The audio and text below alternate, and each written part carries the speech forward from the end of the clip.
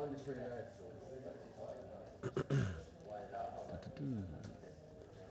right, morning everyone.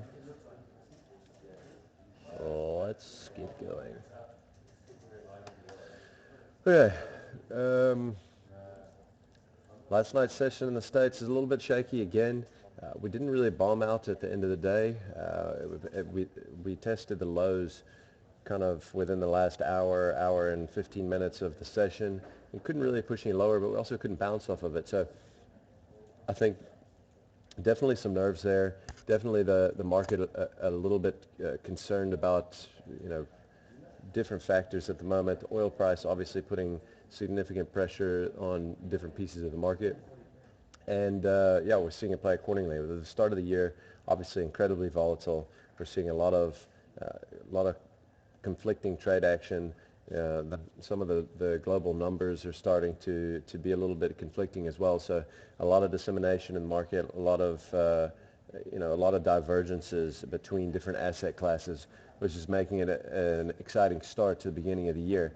We had Goldman yesterday, which actually slashed its outlook for oil price. Their head oil analyst came out and said he gave his 3-month, 6-month, and 12-month price targets for light sweet crude. 3-month price target for light sweet is at $41. 6-month price target for light sweet at $39. And I believe his 12-month price target was at 65. So, I mean, 6 months from now, he's pegging oil down to 39 bucks. Just have a guess at where shares like Sasol that'll be in 6 months' time if the oil price is still down there. I have a hard time believing they'll be able to hold on to these sort of levels. So, you know, picking bottoms down here might not be, the easiest thing or the best thing to be doing. We did have Alcoa, which came out yesterday after the bell. It looked like they had better than expected numbers.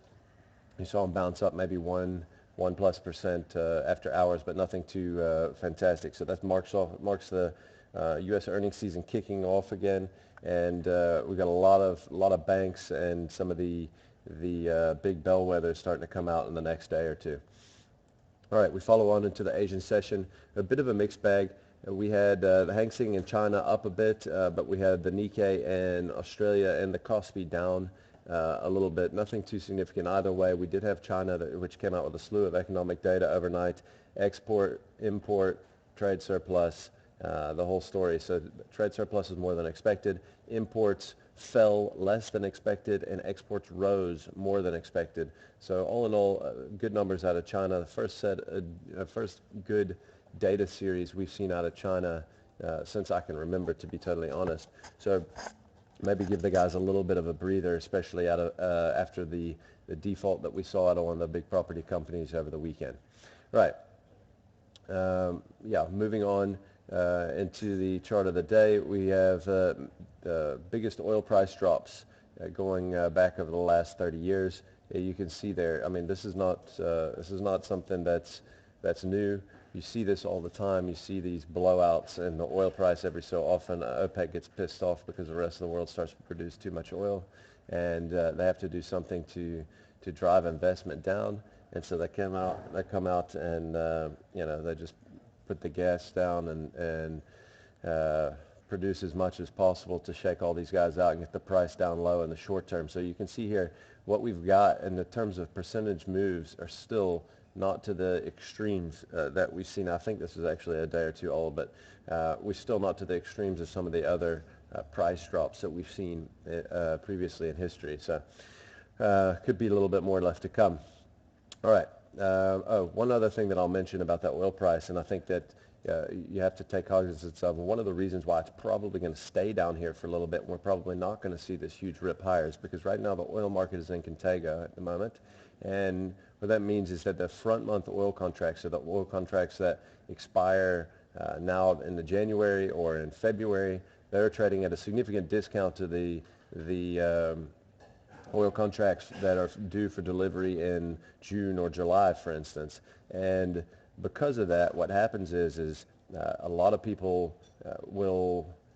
they'll arbitrage that market. They'll go out and they'll actually buy the front month contracts. They'll take physical delivery of the front month contracts, while at the same time buying the front month contracts, they're selling the further dated contracts. In order to obviously lock in a profit, so they'll store the oil for 5 or 6 months, and they'll come back around. They've already sold it out, so they just wait until the next contract comes and they'll deliver on it. Well, the problem with that is essentially a lot of the oil that's actually coming out of the market at the moment is physical supply that's coming out that's not actually real demand.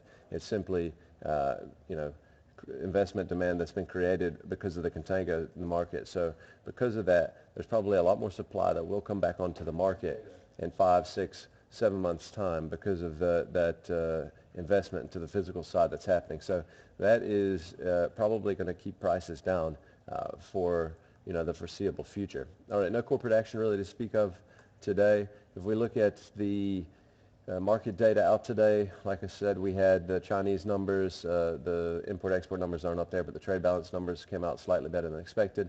We also have the current account balance and the trade balance in Japan. Those both came out better than expected as well. We also have UK CPI, UK PPI, and the U.S. monthly budget statement today. So no real data going forward today to pay attention to. We're probably just going to wait and see how the trade action plays out today. See if the market can, get any confidence, I guess, and enough confidence to try to get us a rally into the second half of the session today. So I'm sure at some point today we'll probably test the downside a little bit, simply because of where we've just been so shaky for so many sessions in a row. Okay, we're going to start out the match this morning on Anglos. We're going to look at a 30-minute yesterday. You can see here that we did drop out of this little consolidation. We broke down here maybe right around 202, maybe a touch lower, and there was also some consolidation up here around 204 when you look back a little bit further. So once we broke 202 here, there was nothing really to hold us. We broke down quite nicely, probably reached that little short-term target, but bottom line is, if you look out here, you can see we're looking very shaky and potentially have a significantly lower targets, possibly to as low as about 185 bucks. If you look at Billiton looks much the same. Obviously, you can see here that we're kind of dropping support here as well. If you look at the 30-minute, I would say that you can also look at this in terms of this last little portion here. If we take out new lows here to below 232 bucks, I think that just opens the door for a quick move down to about 220.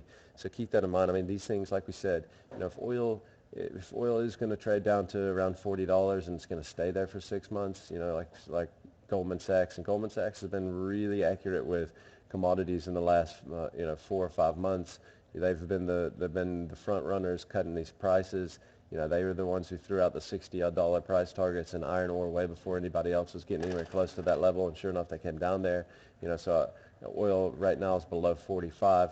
They've been right at the front of the queue here. I mean, Billiton makes 25% of their revenue there. They make about another 25% in iron ore. So you're talking about really probably not making any money out of the oil assets, and might even have losses. I don't know. And iron ore, they're also going to make significantly smaller profits. So you're potentially cutting their earnings in half from what they normally are, and that I think is still not totally priced into some of these stocks. I'm not an analyst, but I would take a wild guess. The shares definitely haven't halved. So keep that in mind. If you're out there, you're looking to bottom pick, that sort of thing, you got to be real careful when you're trying to pick bottoms. You want to kind of wait till the stock bottoms out and makes a reversal before you jump in on the long side. All right, next one we'll look at is Sasol. Yesterday, dropping the 387 level on a closing basis. We dropped that intraday, and we really started to get aggressive. The selling after that, we closed on the lows of the day, down at 381.80.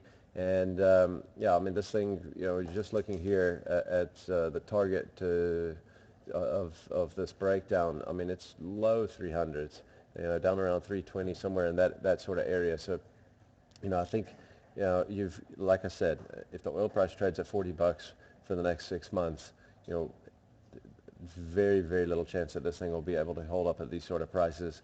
And I think you got to play it accordingly, and it's very easy to get caught up in trying to look for the bottoms in these things Don't fall into the trap. That's where that's always going to be the hard money, is trying to pick the bottom. If you do want to try to buy these things, like we said, wait from the bottom, wait for them to turn. Right. Well, the hottest stocks in our market, without question, over the last few sessions have been our gold shares. Gold Fields, say no more. We've had a 2-month rally in Gold Fields where we've actually doubled. We traded down to 34. Last night we traded up to 68 plus in the U.S. That's a double there for you guys that were waiting for this bottoming process and caught it on the reversal. Harmony, same sort of thing. We're at 1650. We are now at around 33 bucks as of the U.S. close last night. That's also a double. So those things have been incredibly hot. I think what hasn't run and might be the next ones to come are some of these platinum miners. I want to watch these things real closely in the next couple sessions. You've got Amplats and Impalas that both have seen very little bounce. I mean, I don't see any way that these gold miners can continue to outpace the platinum miners to this extent. Probably not a bad trade right now to, something like Impalas versus Goldfields. I mean, Goldfields looking like it's about to overtake Impalas. I think there's only about a 6 or 7 rand price differential. But anyway, Amplats, big level here at around 352. If we get above 352 on a closing basis, I think this thing can really have a nice run to the upside. Impalas making a little bit of maybe a wedge pattern here. Looking for a breakout one way or another. Like I said yesterday, it's still traded shocking even with the gold shares trading so well. What I like to see is Impalas get above that and then maybe go through that 78 level where there's definitely a little bit of consolidation, and that would probably open the door for me wanting to look into getting on some longs here. Remember, I mean, these gold shares have doubled, so there's no reason why this share can't trade back to 100 bucks relatively quickly if it starts to get some momentum going. So they definitely have they've put in some major consolidation around these levels. They pushed through to a breakout of these levels. I think it's a decent risk reward, probably a really good risk reward, especially seeing as how we're getting such leadership out of the golds to play on the long side of the platinums. And that's it for today, guys. Good luck out there.